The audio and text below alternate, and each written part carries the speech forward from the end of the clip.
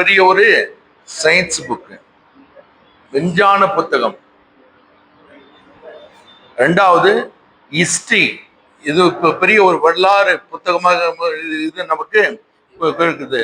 மூணாவது ஜியோகிராபி, இது நமக்கு இந்த பூலோகவியல்.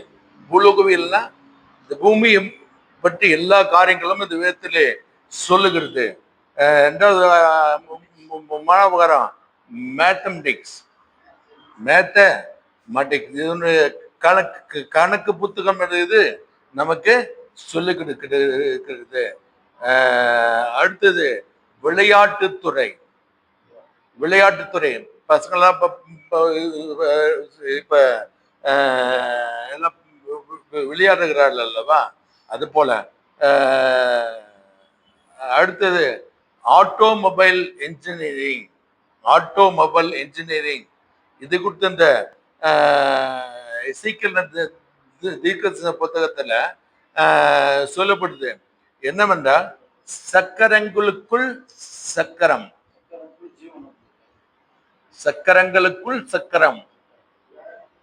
இதான் சக்கரங்களுக்குள் அப்படின்றா ஆட்டோமொபைல் இன்ஜினியர் பத்தி இங்கே சொல்லுகிறது. அடுத்து பார்க்கும்போது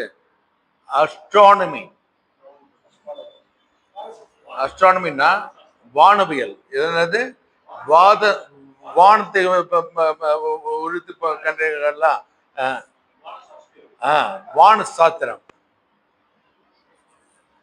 அதை குறித்து இந்த வேதம் நமக்கு சொல்லுகிறதா இருக்கிறது. நான்காவது ஒலிம்பிக்ஸ் தான்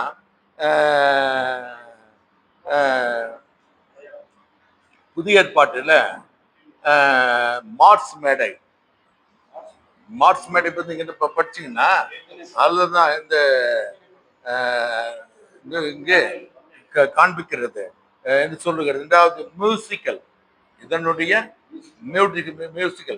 மியூசிக்கல் இதை நம்ம பார்க்கும் பொழுது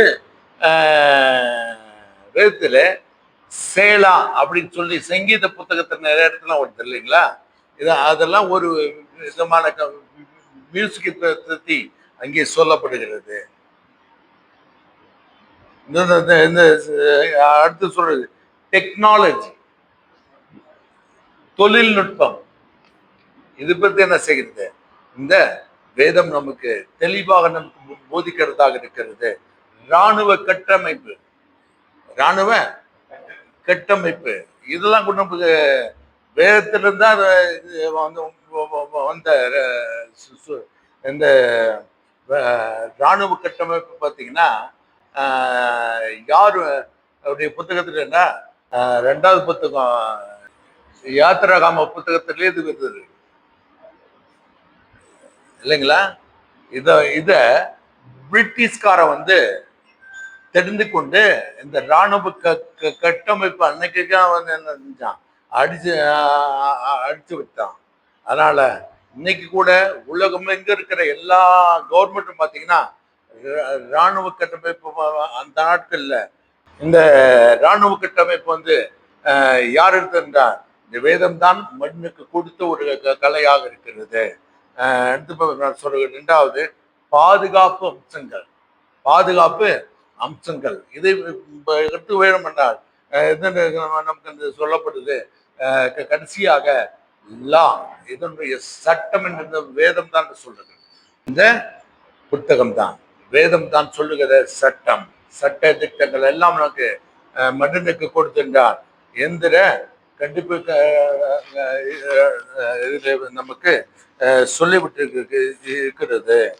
இன்னொரு இந்த இப்படி தேவனுடைய காரியங்கள்லாம் இப்படி இருக்கும் பொழுதுதான் என்ன செய்கிறான், இப்படின்னா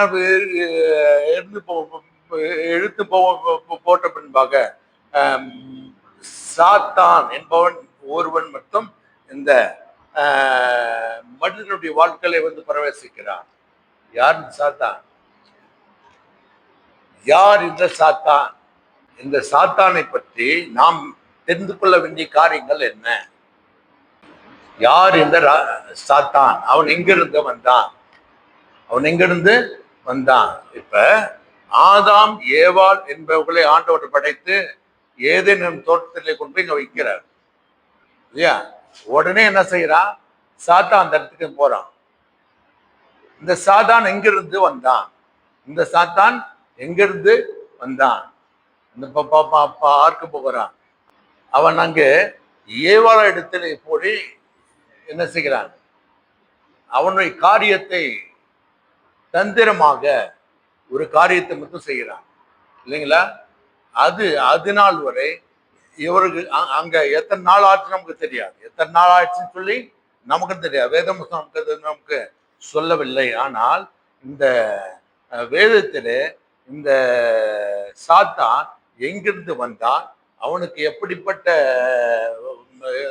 சொல்லிவிட்டு இருக்கிறது என்று வேதத்திலே 2 இடத்துல அவனுக்கு குறித்த காரியங்களை எடுத்து நமக்கு எடுத்து சொல்லுகிறான் இல்லையா? அப்படி என்றால் இந்த சாத்தான் மனிதனிடத்திலே வந்தான். இப்படி என்றால் 2வது இடத்திலே அந்த ஆதாம் ஏவாளை படைத்து உலகத்திலே கொண்டு வந்து நடந்த இடத்திலே சொன்ன இடத்திலே இருக்கிறான். அவன் வந்து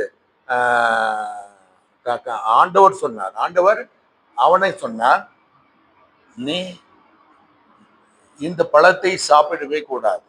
இந்த பழத்தை நீ சாப்பிடவே கூடாது.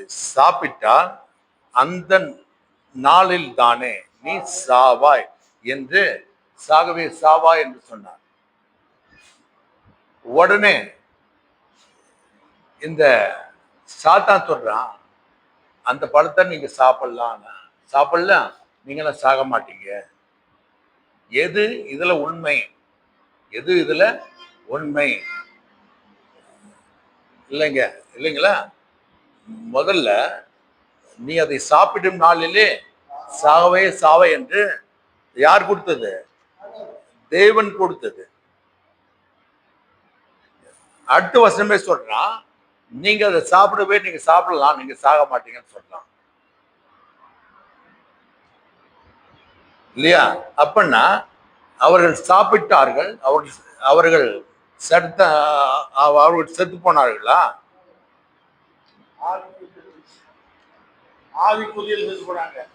சரி, இவர் சொல்றாரு ஆவிக்குரியது. அடுத்த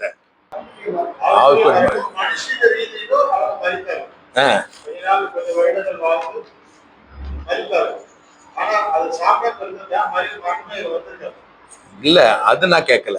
இங்க வந்து பிசாசானவன் நீங்க சாப்பிடலாம், நீங்க சாக மாட்டீங்கன்னு சொல்றான். அதே இயேசு கிறிஸ்து முதல்ல அந்த பழத்தை நீங்க சாப்பிட்டா அந்த நாளிலே நீங்க சாகவே அந்த நாளில் அதுதான் ரொம்ப முக்கியம். என்ன?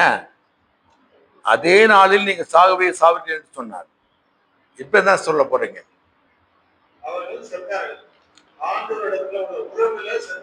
செத்து போயிட்டாங்க. அடுத்தது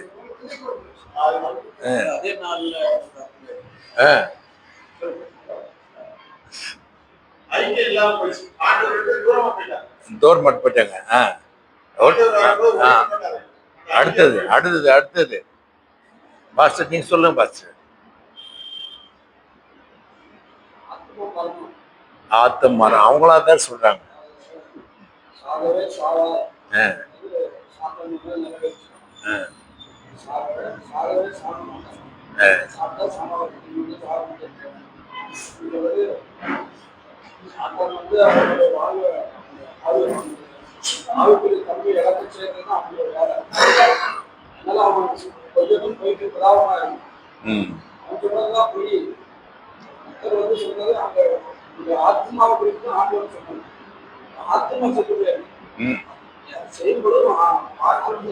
அங்க வேதம் நமக்கு சொல்லவே இல்லை. நீங்க சாப்பிடும் நாள்ல உங்களுடைய ஆத்மா சாகுனத சொல்லவே இல்லை. வேதத்துல தெளிவா நமக்கு சொல்லுகிறது, சாப்பிடும் நாளில் நீ சாகவே சாவை என்று சொல்லப்படுது இல்லையா? தேவனுக்கு வந்து ஒரு நாள் என்பது எத்தனை வருஷம்? 1000 வருஷம். எங்க இருக்கு அந்த வசனம்? அந்த வசனம் எங்க இருக்குது? 2 பேதுரு 3 அதிகாரம், அதான் வசனம். அதான் அதுங்க என்ன இந்த இயேசு கிறிஸ்து சொன்னார், ஆனால் தேவனுடைய பார்வையில் ஒரு நாள் என்பது 1000 வருஷம் தான் ஒரு நாள் கணக்கு.